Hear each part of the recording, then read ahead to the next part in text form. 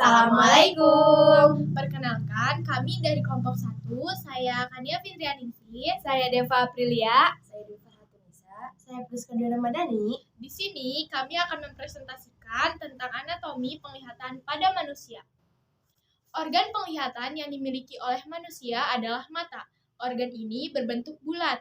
Organ ini tersusun atas beberapa bagian yang berbeda, yang masing-masing bagian memiliki fungsi yang berbeda pula. Mata kita dibalut oleh 3 lapisan jaringan yang berlainan. Lapisan luar adalah lapisan selera. Lapisan ini membentuk kornea. Lapisan tengah adalah lapisan koroid. Lapisan ini membentuk iris. Lapisan ketiga adalah lapisan dalam, yaitu retina. 1. Kornea. Mata memiliki bentuk seperti bola dengan diameter kurang lebih 2,5 cm. Lapisan terluar mata disebut selera yang membentuk putih mata dan bersambung dengan bagian depan yang bening yang disebut kornea. Cahaya masuk ke mata melewati kornea. Lapisan kornea mata terluar bersifat kuat dan tembus cahaya.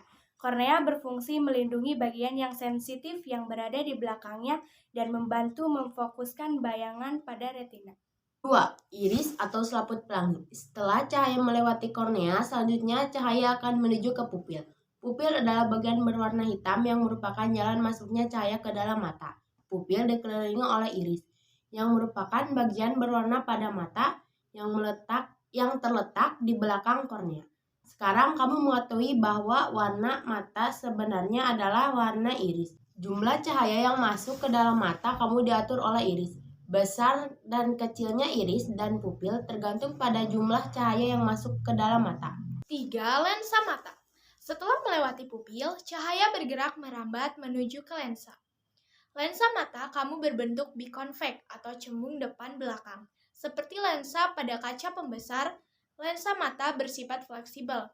Otot silar yang ada dalam mata akan membantu mengubah kecembungan lensa mata. Ketika kita melihat benda yang berada pada jarak jauh, otot siliaris akan mengalami relaksasi. Hal ini akan menyebabkan lensa mata menjadi lebih datar atau mata melihat tanpa berakomodasi.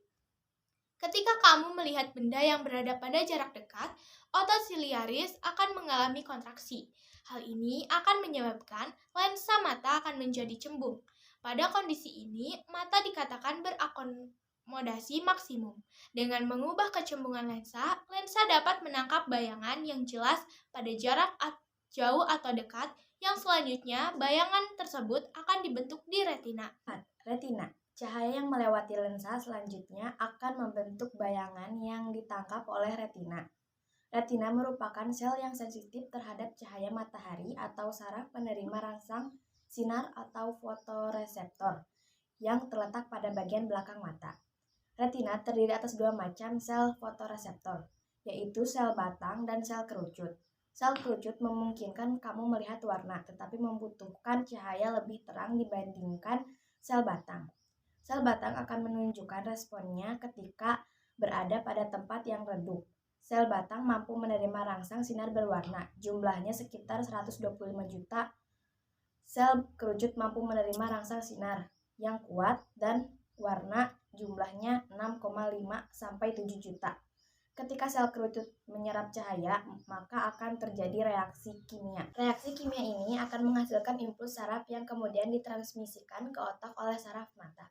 Sel batang akan menunjukkan responnya ketika berada pada tempat yang redup.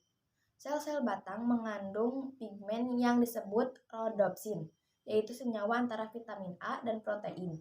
Bila terkena sinar terang, rhodopsin terurai dan terbentuk kembali menjadi rhodopsin pada keadaan gelap. Pembentukan kembali rhodopsin memerlukan waktu yang disebut adaptasi gelap atau adaptasi rhodopsin.